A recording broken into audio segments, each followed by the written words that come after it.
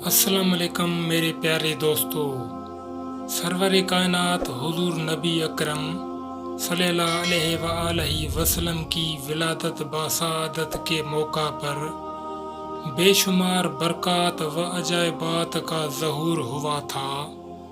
آپ صلی اللہ علیہ وآلہ وسلم کے وارث و مظہر اور فرزند شیخ عبد القادر جیلانی رحمۃ اللہ تعالیٰ علیہ کی ولادت پر بھی برکات کا ظہور ہوا۔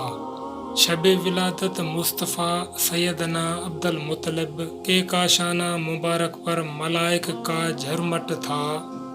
جبکہ سیدنا غوث اعظم کے ولادت کی رات آپ رحمۃ اللہ علیہ کے والد ماجد سید ابو صالح موسیٰ جنگی دوست نے مشاہدہ فرمایا کہ حضور سید عالم،